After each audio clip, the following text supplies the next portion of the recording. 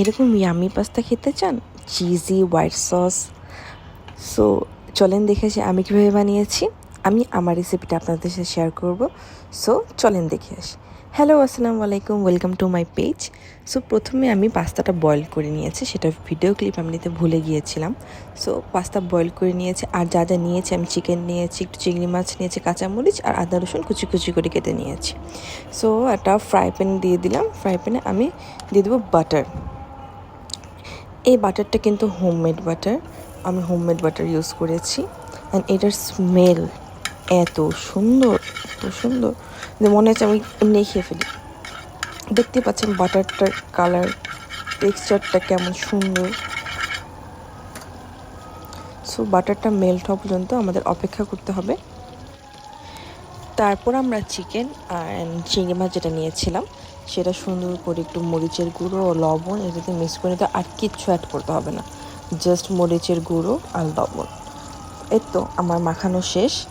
এখন আমি ভেজে নেব। আমি চিংড়ি মাছ আর চিকেন একসাথেই ভেজে নিয়েছি, কারণ দুইবারে ঝামেলা করতে অনেক সময় লেগে যায়। সো আমি একবারে ভেজে নিয়েছি, আপনারা চাইলে আলাদা আলাদা ভেজে নিতে পারেন। এই দেখতে পাচ্ছেন আমি লাস্টে চিংড়ি মাছটা অ্যাড করে দিলাম। এখন আমাদের সুন্দর করে ভেজে নিতে হবে। এই যে ভাজা কিন্তু হয়ে গেছে, এখন আমি উঠিয়ে নিচ্ছি। আপনারা সুন্দর করে উঠিয়ে নেবেন। সো তারপরে আবার ফ্রাই প্যান নিলাম, ওই ফ্রাই প্যানে আরেকটু বাটার দিয়ে দিলাম। বাটার দিয়ে এখন আমাদের রসুন যেটা কুচি কুচি করে রেখেছিলাম সেটা দিতে হবে। গার্লিকের একটা অনেক সুন্দর স্মেল আসে পাস্তায়, অবশ্যই হোয়াইট সস পাস্তা বানালে আপনারা গার্লিক দেওয়া ট্রাই করবেন। আর সুন্দর অ্যারোমা আসে, খেতে ভালো লাগে, অনেক ফ্লেভারফুল হয়। সো আমি এখানে দিয়ে দিলাম রসুন কুচি। রসুন কুচিটা সুন্দর করে আমাদের ভেজে নিতে হবে। আমাদের কিন্তু এখানে ময়দা ইউজ করতে হবে, আটা ইউজ করা যাবে না। আমাদের হোয়াইট সস পাস্তা অলওয়েজ ময়দা ইউজ করতে হবে। সো ময়দা আমি এখানে 2 চামচের মতো দিয়েছি। প্রথমে 1 চামচ দিয়ে মিক্স করে নিয়েছি, তারপর সেকেন্ডবার আরেক চামচ দিয়ে দিয়েছি। এই যে আমি 2 চামচ দিয়ে দিলাম ময়দা। আমি প্রথমেই দুধ ব্যবহার করি না, আমি প্রথমে একটু পানি দিয়ে সুন্দর করে মিক্স করে নিই, তারপরে গিয়ে আমি দুধ ব্যবহার করি। সো ফার্স্টে আমি দিয়ে দিলাম 1 কাপ পানি। তারপরে এই যে ডিম ফেটানোর এই মেশিনটা দিয়ে, মেশিন না কী বললাম জানি না, বাট ডিম ফেটনি দিয়ে সুন্দর করে আমাদের আটার দলাগুলো, যে ময়দার দলাগুলো সুন্দর করে মিক্স করে নিতে হবে। এভাবে দেখতে পাচ্ছি কি সুন্দর করে মিক্স হয়ে যাচ্ছে। এখন আমি অ্যাড করব দুধ।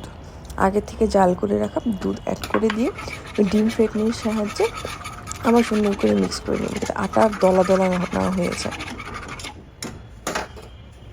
তারপর আমি এখানে অ্যাড করে দেবো সাদা গোলমরিচের গুঁড়ো। এটাও সুন্দর করে ডিম ফেটনির সাহায্যে মিক্স করে নেব।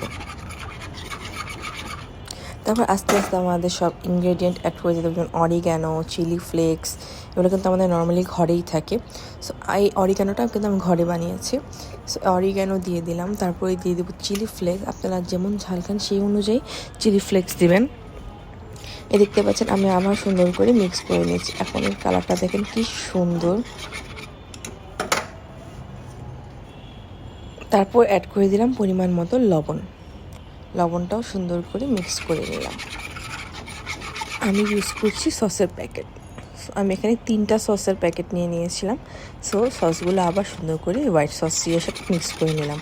এখন দেখতেই পাচ্ছেন কতটা সুন্দর কালার হয়েছে, অ্যান্ড খেতেও কিন্তু দারুণ হয়েছিল। তখন যা যা ছিল আমি সব দিয়ে দেবো, কাঁচামরিচ, চিকেন আর চিংড়ি মাছ, আর হালকা দুধ ছিল, ওই দুধটাও অ্যাড করে দিলাম।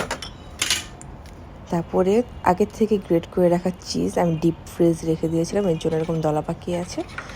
সো এই চিজটা আমাদের সুন্দর করে এই ডিম ফেটনির সাহায্যে মেল্ট করে নিতে হবে, না কিন্তু দলা দলা থেকে যাবে। দেখতে পাচ্ছেন আমি সুন্দর করে মেল্ট করে নিচ্ছি।